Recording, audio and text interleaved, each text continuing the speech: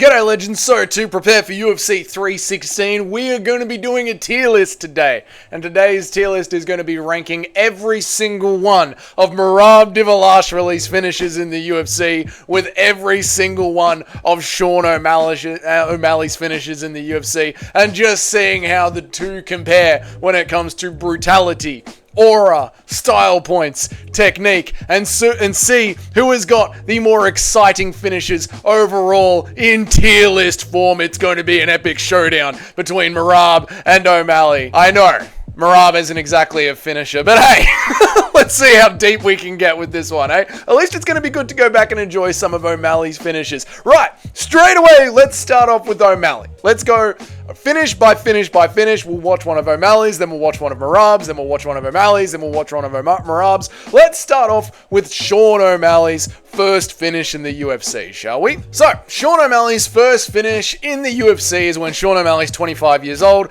going in there against Jose Quinones. Yeah?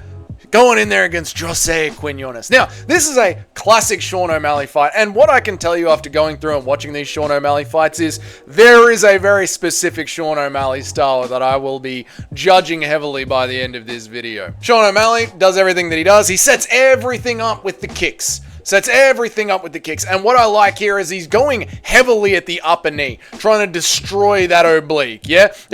Sean O'Malley is actually mapped, some people say he's like Conor McGregor, but he's not. He's not like Conor McGregor at all. He's actually mapped his career very closely to Jon Jones. He tries to destroy his opponent's kneecaps and do steroids as well. People forget, man, Sean O'Malley had to take some time off for also having picograms pop in his system as well. So Sean O'Malley comes out of the gate with his first finish in the UFC, trying to copy Jon Jones here to everything that he can do, trying to become a future not really a GOAT. So the whole fight goes down with Sean O'Malley setting everything up as feints. Yeah, setting everything up as feints, dancing around the outside.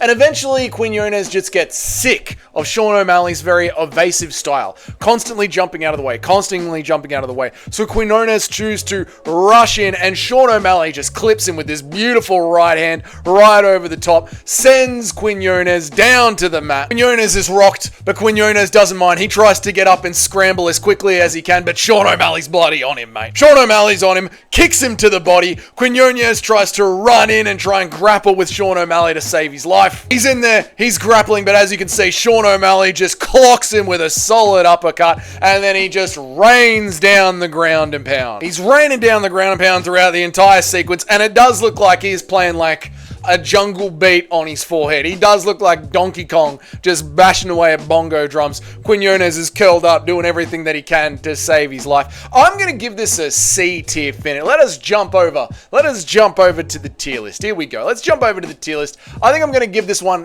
why are you popping up in my way? Get out of my way.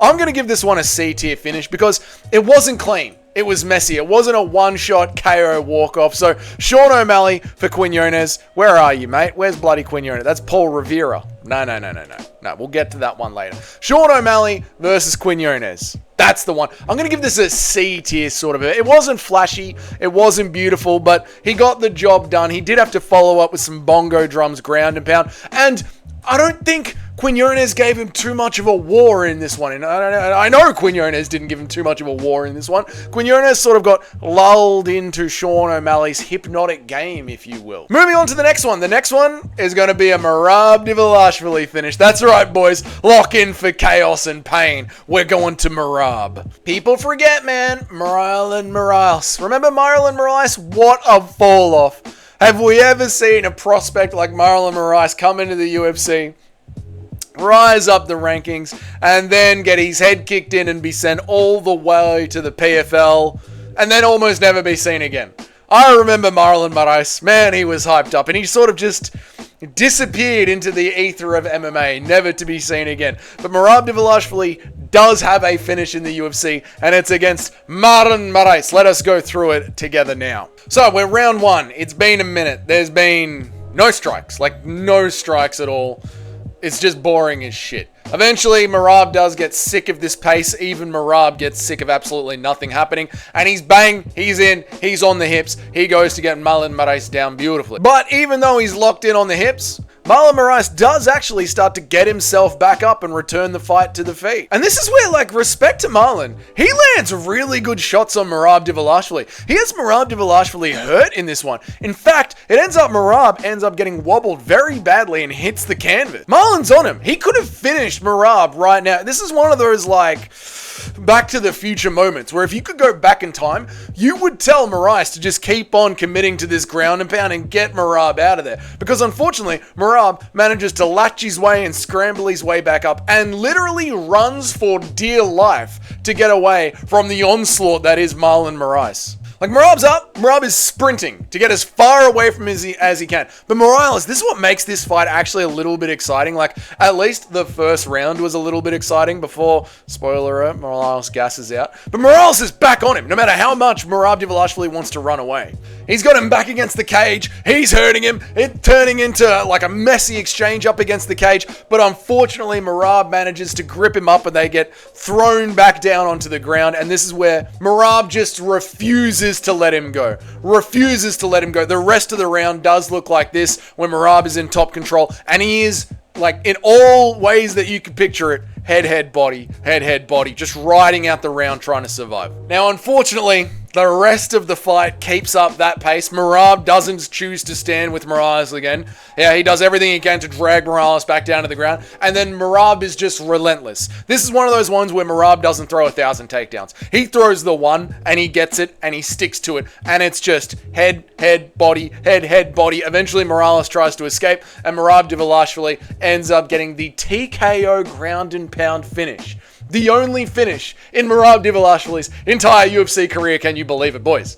But the real question is, where does this go on our tier list? Where does this go on our tier list? You know, at first, because it's like a wet blankety sort of ground and pound finish, I want to immediately give it a D tier. But I tell you what, I'm actually going to give it a B tier. I'm going to give it a B tier because the first round, Merab nearly got finished. And Merab had to have the composure and the will and the want to get back up, clear his head, run away, clear out the cobwebs, and then do everything he can to get back in there to where he was dominant. And Morales did not want to let that happen. So Merab actually had to go from losing the fight to fighting an uphill battle all the way to getting a finish in a second round. Now, it's hard to give a finish like that B tier level. Yeah, it is hard because B tier, like, that should be something exciting. And this was like, it's not horrible.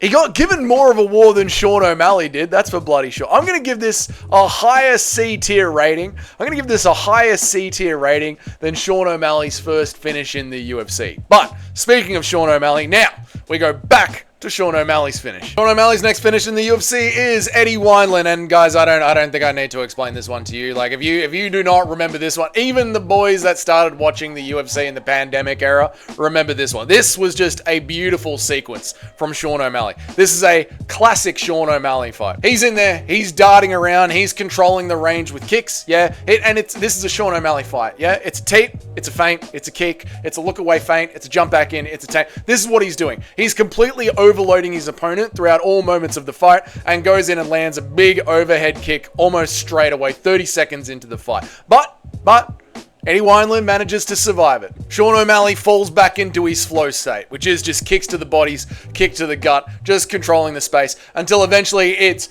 bang, straight down the pipe, clean, and it absolutely just knocks Eddie Wineland down onto his fucking ass, and it is beautiful. It is a walk-off KO as clean as you have ever seen one. This is where the aura farming of Sean O'Malley begins. In this fight here, in this moment here, this is where Sean O'Malley starts to just, every time he's looking for a knockout, he is looking to get some sort of TikTok edit out of it.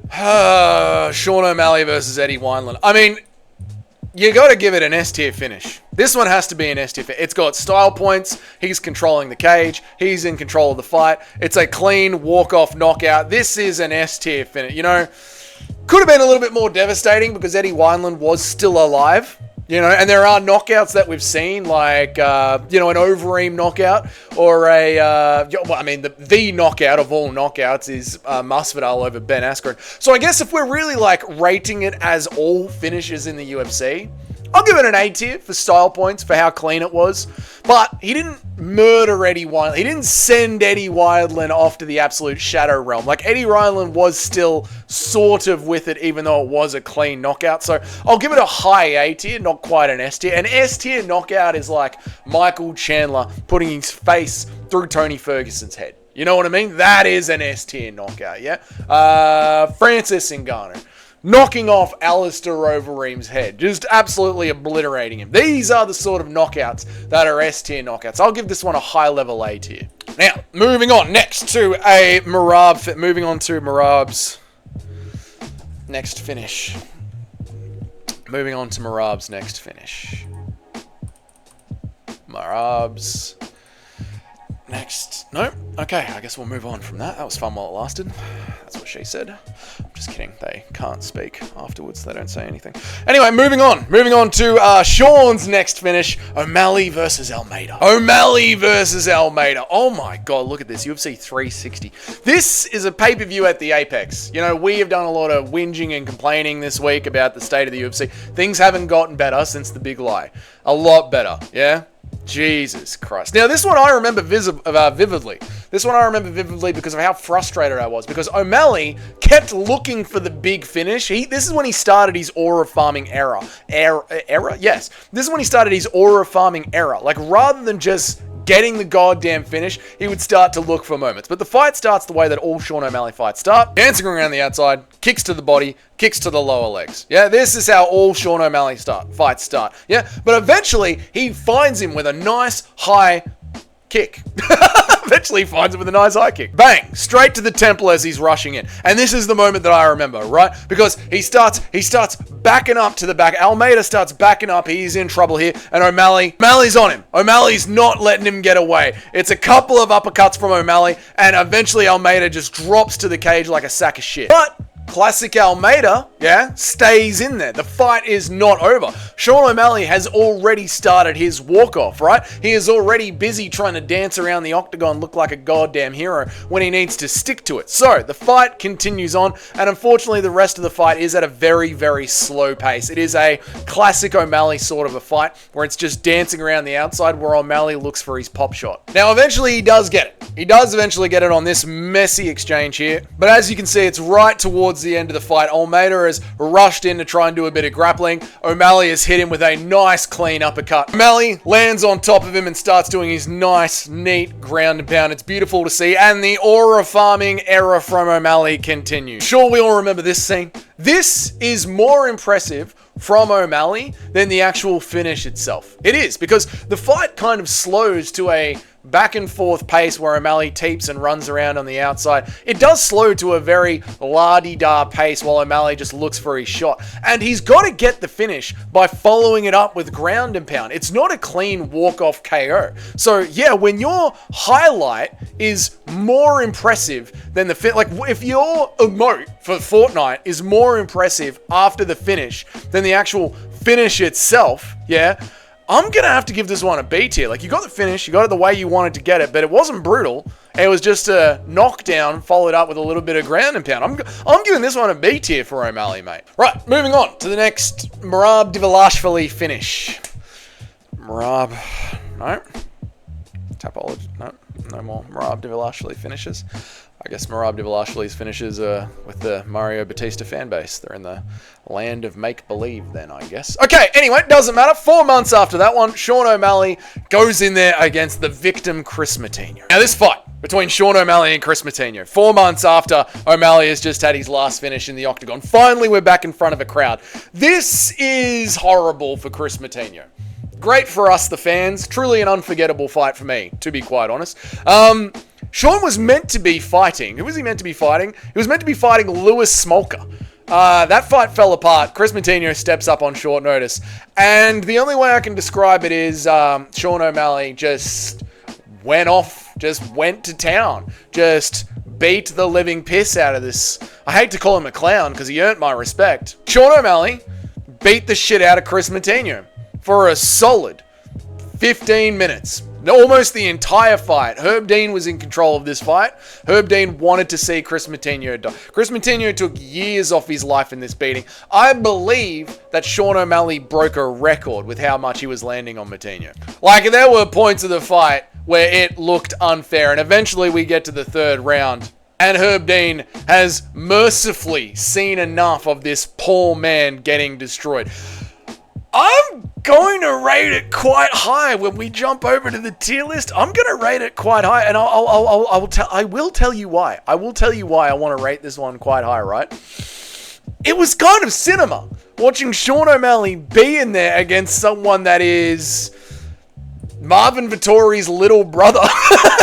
Right? It feels like he's in there against Marvin Vittori's little brother, just this poor little victim that cannot be finished. Sean O'Malley is just destroying him as much as he can. For Sean O'Malley to keep up the cardio that was required to beat up Chris Moutinho. This is going high up, not for skill level, not for aura points, not for click farming afterwards, but just because it left a lasting impression on me, watching that man go in there and getting beaten up so much. This, I'm going to be putting in the A tier. Why did the whole tier list just move? Because I didn't lock my background, because I'm unprofessional.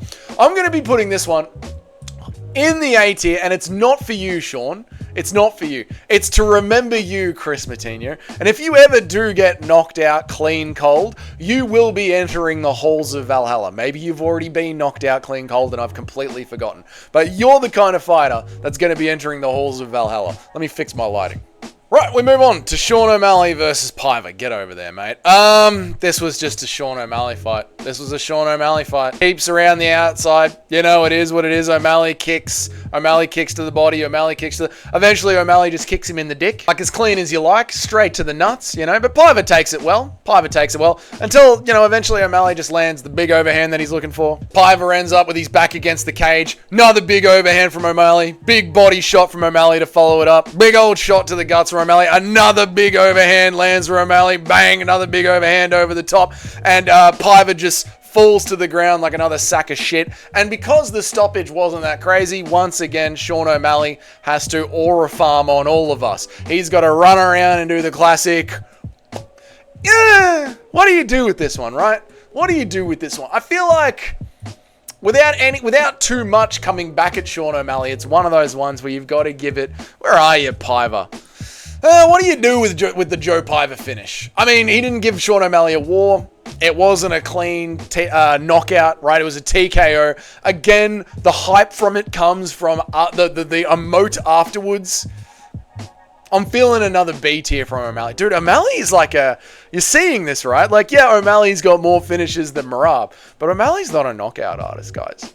O'Malley is not a knockout artist. He's TKOing people consistently and constantly with like little boring pitter-patter kickboxing matches until he finds that one shot that he's looking for. But let us move over to the highlight of Sean O'Malley's career, the thing that got him over the line in the eyes of the modern TikTok fan base, and that is the Sean O'Malley versus Aljamain Sterling fight. Sean O'Malley versus Aljamain Sterling. Now, the first thing that I notice about this fight is Aljamain Sterling fucked up. You can blame Aljo, you can blame the UFC for the quick turnaround all you want, but you said yes to that quick turnaround. But in this first round, Aljamain Sterling, he is happy to play Sean O'Malley's game. He is 100% happy to play Sean O'Malley's game all bloody day long. It's only towards the very end of the round does Aljamain Sterling play his own game against Sean O'Malley. And even then, it's not to great success. It's not backpack Aljamain Sterling. It's pushing Sean O'Malley up against the cage and doing a bit of body. It's actually more Merab's game than Aljamain Sterling's game. But it is in the dying seconds of the first round. Like, it was not enough to turn the tide. And then the second round comes along. Aljamain Sterling tries to take Sean O'Malley down, but then he gets stuck back into Sean O'Malley's range game, and he just gets clipped perfectly with this shot over the hand right, drops Aljamain, like just drops him face first onto the ground. Bang, Aljo's down there eating absolute shit. Aljo scrambles to try and save his life, right, get his legs back into the air. Sean O'Malley stands over the top of him, and this is what I noticed, something that I really like that I've seen now over and over again in all of Sean O'Malley's TKO finishes. This is something that I really enjoy seeing. Sean O'Malley doesn't do what like 90% of Apex fighters do, especially for some reason we're seeing it more and more these days. What Sean O'Malley does when he is chasing someone down to lay on that ground and pound finish is he is keeping his hips right back, right out of the way, so there's no chance of entering the guard or getting caught up in something. He is always ready to escape. He uses his length and his hips to always post up and keep those hips right back over the victim and lean right in over the top to ground and pound them. And he does it in every single one of his finishes. It's actually pretty high IQ from Sean O'Malley comparatively to what we see to other fighters constantly follow down a wobbled up opponent, end up getting caught in the guard, and the wobbled opponent just riding out the rest of the round with a bit of on the ground grappling and ruining a finish. But O'Malley does it again. Cheers to O'Malley. He steps up. Like, that's his big moment. He gets what he needs to do. But again, O'Malley just sort of aura farms afterward. O'Malley is a TKO artist, not a KO artist. And the coolest part of what O'Malley does in the cage is what he can do seconds after the TKO. Like, O'Malley understands TikTok. He understands reels and short form. He knows that if he can get an image of the knockdown as well as the fight being waved off and then do something cool afterwards, that's enough for Sean O'Malley's career. That's literally carried him to this point. I'm going to give this one another A tier because Sean O'Malley was injured. He's always bloody injured. He's got no power in his body. Like, he's Sean O'Malley. Stop. I don't know if it's cutting the weight. I don't know if it's smoking weed. I don't know if it's your lifestyle in general. You need to find strength. No wonder you did steroids, right? No wonder you injected something into your dick. Like, you need to add strength to your body somehow. There are no knockouts here, really. There's no knockout. Maybe the bloke with the mustache. Wait, what's his name? Maybe this one. Maybe what's his name over here, right? Eddie Wineland. That one might be the cleanest knockout he's gotten, but he's got no knockout ability. He's always TKOing people, and he's always bloody injured. Again, like I was saying in this fight, leading up to this fight, he's injured. I had no wrestling in camp. Again, every fucking camp O'Malley has no wrestling in camp because he's always fucking injured, and he can't knock people out. So his strength is not there at all. He's got no man strength, does Sean O'Malley, is what I'm trying to say in this diatribe at the end here. But he stepped up to the moment. He did the cool emote. Do I give you? Is this an A? Is this an A? Aljamain Sterling ate shit, but he wasn't out cold. Like, Aljamain Sterling was instantly able to... And even then, with the stoppage, like, when I go back and look at the stoppage, Aljamain Sterling was kind of rolling out of the ground and pound. Like, it wasn't... I don't know, man.